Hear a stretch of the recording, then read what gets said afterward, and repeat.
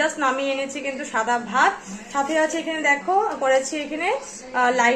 শাক করেছি কিন্তু এখানে রসুন বেশি করে সোমবার দিয়ে কিন্তু করেছি লাই শাক, সাথে করেছি কিন্তু এখানে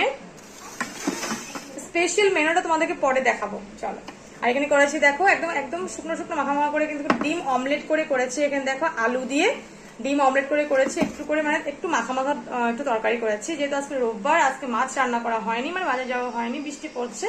তো আজকে একটু স্পেশাল কিছু রান্না করার চেষ্টা করছিলাম আমি। তো দেখো এটা কিন্তু আছে ডিমের সাথে, দেখো ডিম দিয়ে টুকরো টুকরো ছোট ছোট আলু দিয়ে কিন্তু করেছি, একটু মাখা মাখা করে ডিমের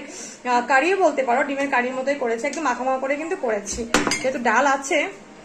আর এখানে করেছি দেখো